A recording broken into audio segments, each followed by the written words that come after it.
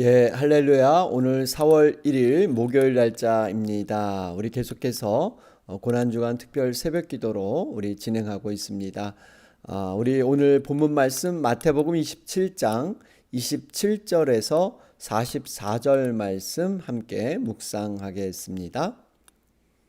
이에 총독의 군병들이 예수를 데리고 관정 안으로 들어가서 온 군대를 그에게 모으고 그의 옷을 벗기고 홍포를 입히며 가시관을 엮어 그 머리에 씌우고 갈대를 그 오른손에 들리고 그 앞에서 무릎을 꿇고 희롱하여 이르되 유대인의 왕이여 평안할지어다 하며 그에게 침 뱉고 갈대를 빼앗아 그의 머리를 치더라. 희롱을 다 한 후 홍포를 벗기고 도로 그의 옷을 입혀 십자가에 못 박으려 끌고 나가니라. 나가다가 시몬이란 구레네 사람을 만나매 그에게 예수의 십자가를 억지로 지워 가게 하였더라. 골고다 즉 해골의 곳이라는 곳에 이르러 쓸개 탄 포도주를 예수께 주어 마시게 하려 하였더니 예수께서 맛보시고 마시고자 하지 아니하시더라. 그들이 예수를 십자가에 못 박은 후에 그 옷을 제비 뽑아 나누고 거기에 앉아 지키더라. 그 머리 위에 이는 유대인의 왕 예수라 쓴 죄패를 붙였더라. 이때 예수와 함께 강도 둘이 십자가에 못 박히니 하나는 우편에 하나는 좌편에 있더라. 지나가는 자들은 자기 머리를 흔들며 예수를 모욕하여 이르되 성전을 헐고 사흘에 짓는 자여 내가 만일 하나님의 아들이어든 자기를 구원하고 십자가에서 내려오라 하며 그와 같이 대제사장들도 서기관들과 장로들과 함께 희롱하여 이르되 그가 남은 구원하였으되 자기는 구원할 수 없도다. 그가 이스라엘의 왕이로다. 지금 십자가에서 내려올지어다. 그리하면 우리가 믿겠노라. 그가 하나님의 신뢰하니 하나님이 원하시면 이제 그를 구원하실지라. 그의 말이 나는 하나님의 아들이라 하였도다 하며 함께 십자가에 못 박힌 강도들도 이와 같이 욕하더라. 아멘. 우리 계속해서 성금요일과 다음날 토요일 이제 뒤에 나오는 그러한 사건들을 우리가 살펴보고 있습니다. 어제 말씀이었죠. 마태복음 27장 11절에서 26절 말씀. 빌라도라는 인물을 통해서 얼마나 진리를 알고 있지만 그가 용기 없이 결국 현실에 타협하고 무너지는 이러한 모습을 저희들 살펴보았습니다. 빌라도는 예수님을 심판할 그러한 존재가 아니었죠. 오히려 만왕의 왕 메시아이신 예수님 앞에 심판받아야 될 그러한 인생이었습니다.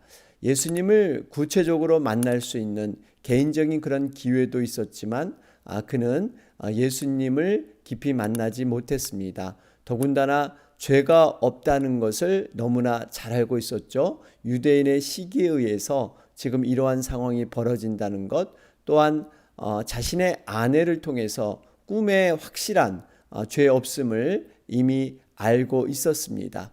여러 가지 방법으로 예수님을 풀어보려고 애썼지만 결국 무리들의 압력에 의해서 예수님을 십자가에 못 박는데 내어주는 이러한 빌라도, 나중에는 물을 가져다가 무리 앞에서 손을 씻으면서 이 피에 대해서는 나는 무죄하다. 빌라도의 모습을 보면 현대인들이 참 진리를 알고도 그 진리를 외면하며 현실에 타협하며 살아가는 모습, 어떻게 보면 우리 믿음의 사람들에게도 도전을 주고 있습니다.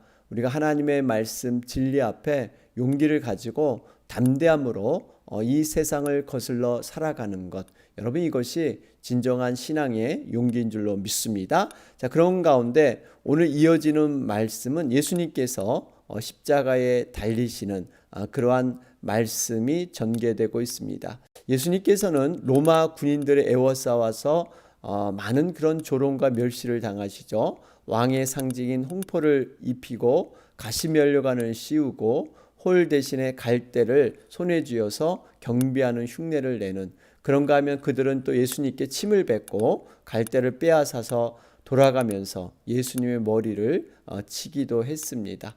이런 조롱과 멸시, 이것을 묵묵히 참고 견디셨습니다. 여러분, 이러한 모습이 이사야 53장 3절에 예언된 대로 모든 것이 그대로 이루어지고 있습니다. 자, 구체적인 말씀을 살펴보면 우리 27절 보니까요. 이에 총독의 군병들이 예수를 데리고 관정 안으로 들어가서, 여러분 이 관정이라는 것은 브라이도리온, 이렇게 마가복음 15장에는 기록되어 있습니다.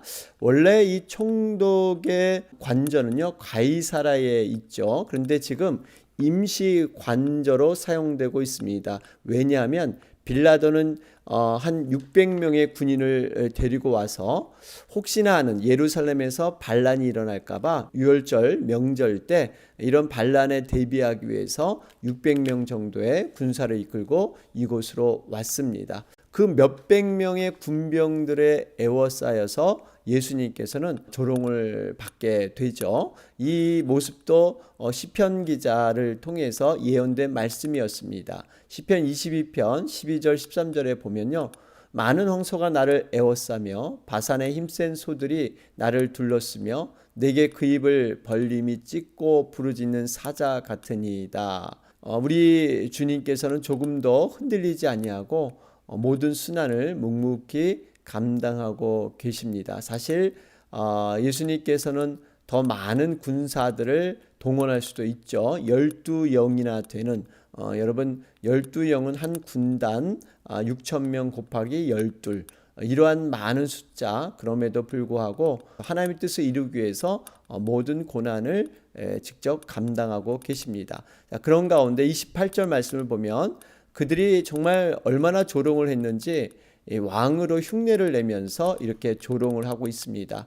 마치 엉터리 왕인 것처럼, 왜냐하면 식민지 국가의 반란자로서 조롱하고자 하는, 예수님을 그런 식으로 이렇게 꾸미고자 하는 이러한 마음이 있었죠. 그러면서 28절에 그의 옷을 벗기고 홍포를 입히며 가시관을 엮어 그 머리에 씌우고 갈대를 그 오른손에 들리고 그 앞에 무릎을 꿇고 희롱했다. 이렇게 기록되어 있습니다. 여러분, 이 홍포라는 것, 이 예수님께서 장차 이 땅에 재림하실 때 진노의 홍포, 여러분 피 묻은 그러한 옷일 수가 있습니다. 분명히 이러한 심판의 옷을 입고 이 땅에 오실 것입니다. 더군다나 여러분, 이들은 이렇게 조롱하고 멸시하는데 우리 예수님을 유대인의 왕인 것처럼 꾸미게 되죠. 그래서 37절에 보면 그 머리 위에 이는 유대인의 왕 예수라 쓴 죄패를 붙였더라. 여러분, 유대인의 왕이라고 쓴 죄패, 이것은 세 개 나라의 언어로 기록되었습니다. 다른 복음서에 보면요, 헬라어, 아랍어, 히브리어. 여러분, 이 의미는 세계 모든 사람에게 왕으로서 증명하고 있습니다.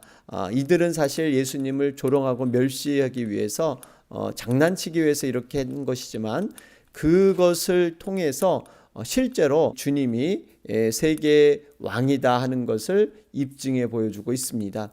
우리 하나님께서는요, 인간의 이러한 멸시와 조롱을 통해서도 하나님의 완벽한 섭리를 이루시는 그러한 하나님인 줄로 믿습니다.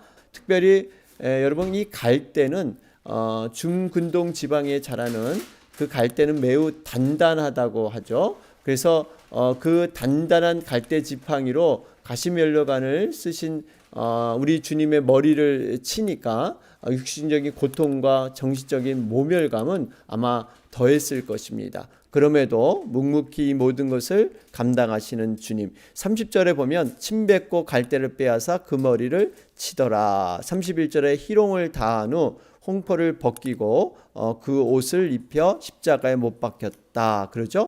하나님께서는 이 고난의 십자가의 현장에서도 구원받을 영혼들을 준비하고 계십니다. 32절에 보면 나가다가 시몬이란 구레네 사람을 만남에 그에게 예수의 십자가를 억지로 지워 가게 하였더라. 여러분, 구레네라는 곳은요, 북아프리카를 의미하고 있죠. 북아프리카에서 이 구레네 시몬이 바로 이 유월절 명절이 돼서 구경 삼아 예루살렘에 오게 됩니다. 그런데 예수님께서 전날부터 심한 매질과 여러 가지 육체적인 그러한 고통, 고문을 당하셨죠. 그래서 사실 십자가를 본인이 질 수 없는 상황에 이르게 됩니다. 사실 이 의미는요, 십자가의 무게가 그만큼 컸다는 겁니다. 왜냐하면 우리들의 모든 죄를 다 짊어지신 그러한 무게이기 때문에 예수님께서 이것을 감당할 수 없을 정도로 힘이 드신 것이죠. 여러분, 이렇게 십자가의 길은요, 쉽게 갈 수가 없습니다. 한 걸음에 달려갈 수가 없는 것이 십자가의 길입니다. 그럼에도 불구하고 우리 주님은 그 십자가를 다 완성하셨던 것입니다. 자, 그러면서 여러분, 이러한 상황에서 구경 나왔던 구레네 사람 시몬, 그가 구경 나왔다가 이 로마인의 명령에 의해서 십자가를 대신 지게 되죠. 그 당시 상황은요, 로마 군인들이 어떤 노역이나 어떤 물건을 옮겨달라고 요구했을 때 피지배민들은 그것을 들어줘야 되는 이러한 의무가 있었습니다.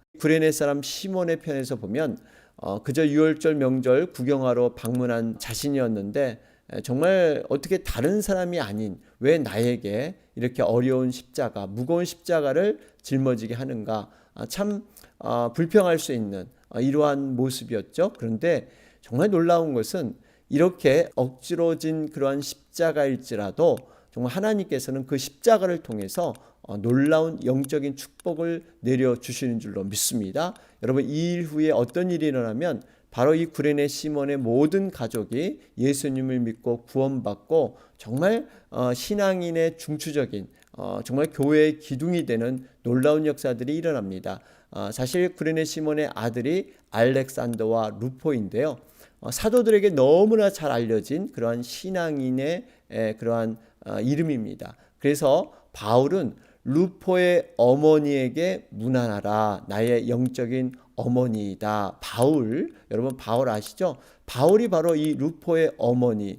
여러분, 루포의 어머니는 결국 구레네 시몬의 아내가 되죠. 그래서 알렉산더 루포하면 그 당시 정말 예수 믿는 사람이면 누구나 이 이름을 알 정도로 유명한 그런 교회의 기둥들이 됩니다. 이 의미는 이 가정이 거듭나서 특별히 이 시몬의 아내는요, 바울의 영적인 어머니와 같이 기도를 많이 한 그러한 여인이었기 때문에 바울이 어머니처럼 여겼던 그러한 사람으로 이렇게 서게 됩니다. 여러분, 이걸 보면 때로는 우리가 십자가를 억지로 진 것 같지만요, 그 억지로 진 십자가를 통해서 하나님의 놀라운 복이 그 안에 숨어 있다는 사실입니다. 그렇기 때문에 우리가 정말 십자가를 질 수 있는 기회가 주어질 때 여러분, 그것을 회피하지 말고 어렵지만 그 십자가를 걸머질 때 하나님의 예비된 놀라운 복을 우리는 누리게 될 줄로 믿습니다. 자, 그런 가운데 33절 말씀을 보면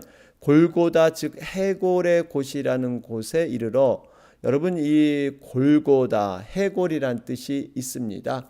그만큼 이곳은 정말 시체가 가득하고 사망과 심판의 장소가 골고다였죠. 그런데 여러분, 배너라는 영화를 보신 분들 기억날지 모르겠지만 이 영화의 끝부분에 보면요, 골고다 근방에 숨어있던 문둥병자들, 그러니까 그곳은 이렇게 무덤이 있기 때문에 문둥병자들이 그곳에 살았죠. 그런데 이 골고다 언덕에서 빗물이 씻겨 내려오는데요, 주님의 피와 이렇게 섞여서 문둥병이 낫는 이러한 장면이 베너라는 영화에 나옵니다. 여러분, 이 의미는 골고다가 원래 사망의 음침한 장소고 정죄와 심판의 장소였는데 주님께서 십자가가 달리신 이후에 생명과 희망의 장소로 변한 것을 의미하고 있습니다. 여러분, 바로 인간들에 대한 얘기입니다. 우리들이 본래 타락으로 이런 죄의 심판을 받아야 될 당연한 인생들이 이제는 희망과 새 생명, 이것이 바로 주님께서 십자가를 지셨기 때문에 바로 그곳에서 여러분 시작된 줄로 믿습니다. 우리는 정말 죽어야 될 인생이었지만 이제는 생명의 인생으로 바로 그 골고다 언덕에서부터 여러분 모든 은혜가 시작된 줄로 믿습니다. 자, 그러면서 34절에 쓸개탄 포도주를 예수께 주어 마시게 하려 하였더니 예수께서 맛보시고 마시고자 하지 아니하시더라. 지금 예수님께서 목마르다 이런 얘기를 하셨죠. 그랬더니 이 쓸개탄 포도주, 여러분 예수님의 목마름은 단순히 육적인 목마름이 아니셨고요. 영혼에 대한 갈증, 안타까움, 정말 구원에 대한 소망, 그런 것을 얘기하셨죠. 쓸개탄 포도주를 로마 군사들이 좋았습니다. 근데 예수님이 거절하셨어요. 이유는 이 포도주, 쓸개탄 포도주는요, 마취제와 같은 역할을 했기 때문입니다. 예수님께서는 십자가의 고통을 어떠한 마취제를 통해서 약화시키고자 하는 그런 마음이 없으시고 정말 몸소 모든 고난을 다 당하기를 원하셨습니다. 쉽게 말하면 십자가의 고난을 회피하고자 하지 않았습니다. 이제 27장 48절에 가보면 해면을 가져다가 신포도주에 적시어 갈대에 꿰어 마시게 하거늘, 여기 보면 신포도주와 이 쓸개탄 포도주는 다릅니다. 쓸개탄 포도주는 마취제 역할이고요. 신포도주는 단순히 음료수와 같은 이러한 모습이죠. 그렇기 때문에 예수님은 이것을 거절하셨습니다.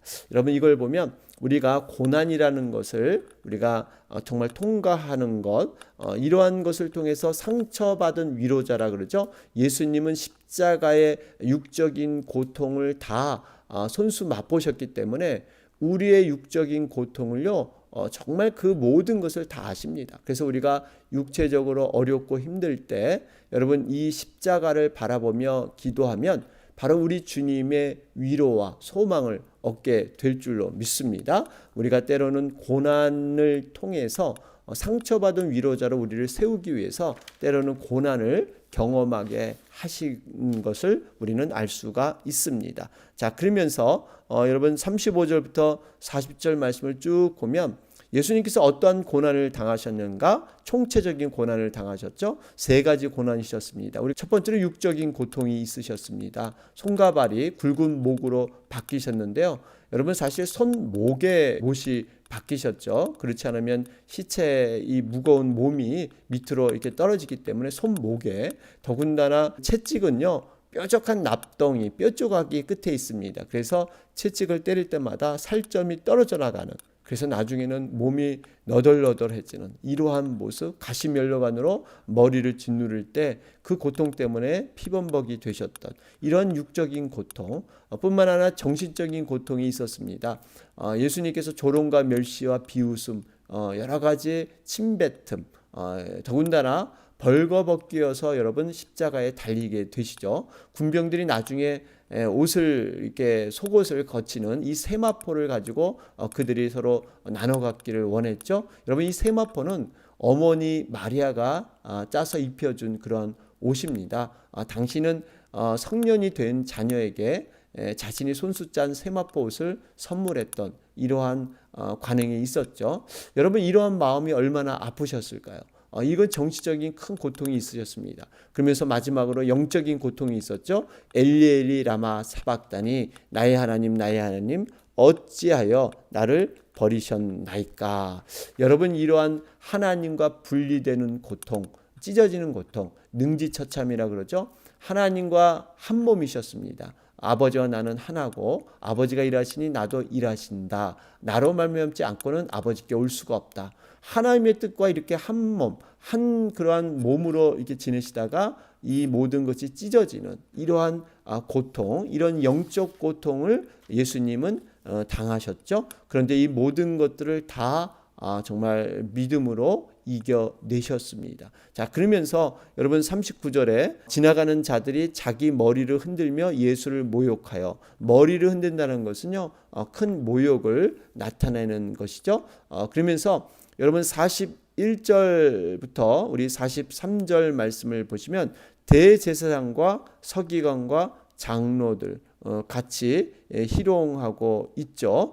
그러면서 한 가지는 우리가 38절에 나오지만 예수님 양옆에 십자가에 달린 강도들, 하나는 우편에 하나는 좌편에, 여러분 강도들을 양쪽에 단 이유는 예수님을 흉악범으로 몰기 위해서 이렇게 한 것이죠. 그런데 대제사장과 서기관과 장로를 포함해서 이런 사람들이 지금 예수님을 조롱하는데 어떻게 조롱하냐면요, 마태복음 4장 마귀가 주님을 유혹할 때 동일한 방법으로 그렇게 시험을 합니다. 마귀가 어떻게 유혹을 했습니까? 내가 만일 하나님의 아들이거든 돌을 떡으로 만들어 보라. 또 성전 꼭대기에서 뛰어내려 보아라. 또 자기에게 절하면 천하를 주겠다. 여러분 이런 식으로 유혹하지 않습니까? 여기서 중요한 것은 내가 바로 하나님의 아들이라면 이러한 단서를 통해서 유혹을 합니다. 여기도 보면은 42절의 말씀이죠. 지금 십자가에서 내려올지어다. 그리하면 우리가 믿겠노라. 만약에 자기들의 뜻대로 되면 그러면 믿겠다. 보여줘야 믿는 믿음. 이러한 믿음으로 그들은 지금 다가오고 있죠. 여러분 분명하게 이러한 조롱, 이것을 실제로 믿으려고 하는 것이 아니라 마치 예수님의 능력을 시험하려고 하는 이러한 모습인 것을 우리는 알 수가 있습니다. 여러분 이걸 보면 사단의 유혹은요, 정말 예수님이 사역을 시작하기 전에도 시작하지만 죽기 전까지도 끝까지 이렇게 시험하는 예수님의 그러한 모습을 우리는 알 수가 있습니다. 자, 그러면서 44절 말씀을 보면 함께 십자가에 못 박힌 강도들도 이와 같이 욕하더라. 여러분 이 두 강도도 처음에는 욕을 하면서 예수님을 저주하죠. 그런데 나중에 오른편 강도는 정말 예수님께서 마지막 이 죄인들을 위해서 간절히 중보하는 용서의 기도를 통해서 그 마음이 변화되게 됩니다. 그러면서 당신의 나라가 임하게 되면 나도 그곳에 있기를 원하나이다. 이런 신앙 고백을 하게 되죠. 여러분 이러한 마지막 오른편의 강도 정말 예수님께서 말씀하실 때 내가 이제는 나와 나건에 함께 있으리라. 여러분 결국 구원을 받게 됩니다. 여러분 이렇게 오른편 강도의 구원을 통해서 우리가 두 가지 교훈을 깨닫게 되죠. 중보 기도를 결코 멈춰서는 안 된다는 것입니다. 여러분 오른편 강도는 정말 흉악한 그런 강도였고요. 더군다나 몇 시간 있으면 죽음을 맞이하게 될 이러한 종말적인 인생이었습니다. 그런데 정말 하나님의 강권적인 은혜, 성령의 역사를 통해서 그가 마음에 변화가 일어나면서 죽음 직전 얼마 안 되는 시간에 구원을 받고 예수님과 함께 천국으로 들어가게 되죠. 여러분 어떻게 보면 예수님과 함께 천국에 들어간 가장 먼저 구원받은 자가 바로 이 오른편 강도일 줄 모릅니다. 여러분 그래서 우리가 어떠한 상황에서든지 중보기도, 우리의 기도가 멈춰서는 안 되고요. 반드시 정말 하나님의 뜻과 섭리가 있다면 구원이 이루어질 줄로 믿습니다. 그러면서 오른편 강도는 좁은 길로 나갔다는 것입니다. 많은 사람들이 지금 조롱하고 멸시하고 예수님을 무시하는 이러한 전체적인 분위기 속에서 이 지금 오른편 강도는 용기를 가지고 확신을 가지고 정말 예수님은 죄가 없으시고 자신만이 죄인임을 고백했던 용기 있는 그러한 좁은 길로 들어섰습니다. 여러분 좁은 길은 들어갈 때는 좁아 보이지만요, 들어간 후에는 넓은 그러한 길이 여러분 그곳에 준비된 줄로 믿습니다. 자, 오늘 말씀 정리해 보면 십자가에 못 박히신 만왕의 왕, 여러분 정말 우리가 십자가의 그 예수님을 나의 어떠한 모습으로 나는 받아들여야 될 것인가, 여러분 이것을 묵상하면서 진정으로 우리의 왕으로 여러분 섬기며 또한 그 십자가에 우리가 동참하는 여러분과 제가 되길 바랍니다. 오늘 목요일 날짜입니다. 여러분 중보기도 하는 날인데요. 영혼들을 위해서 간절히 중보해 주시기 바랍니다. 주변에 방황하는 영혼들, 예수님을 알지 못하고 죽어가는 영혼들을 위해서 간절히 기도해 주시고요. 우리 계속해서 우리 육신이 연약하신 또 회복을 간절히 치료 과정에 계시는 지체들을 위해서 여러분 함께 간절히 여러분 기도해 주시기 바랍니다. 다 같이 기도드리겠습니다.